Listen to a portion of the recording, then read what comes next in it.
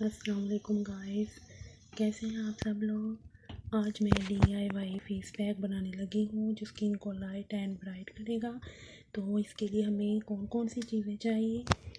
सबसे पहले हमें दूध चाहिए, फिर हमें हनी चाहिए, शहद, फिर हमें चाहिए हल्दी और ये कोली। सबसे पहले हम लेंगे हल्दी 1 टीस्पून,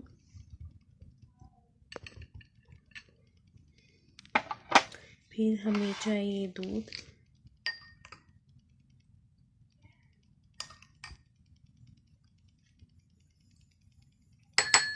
फिर हमें चाहिए शहद। शहद भी हम हल्दी के हिसाब से डालेंगे।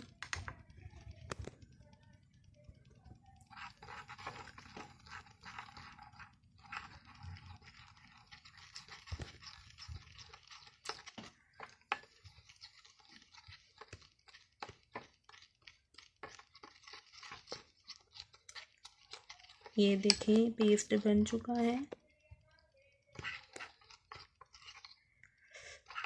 तो इसको लगा के हमने 1-2 मिनट मसाज करनी है। तो फिर हमें इसको 30 मिनट रखना है।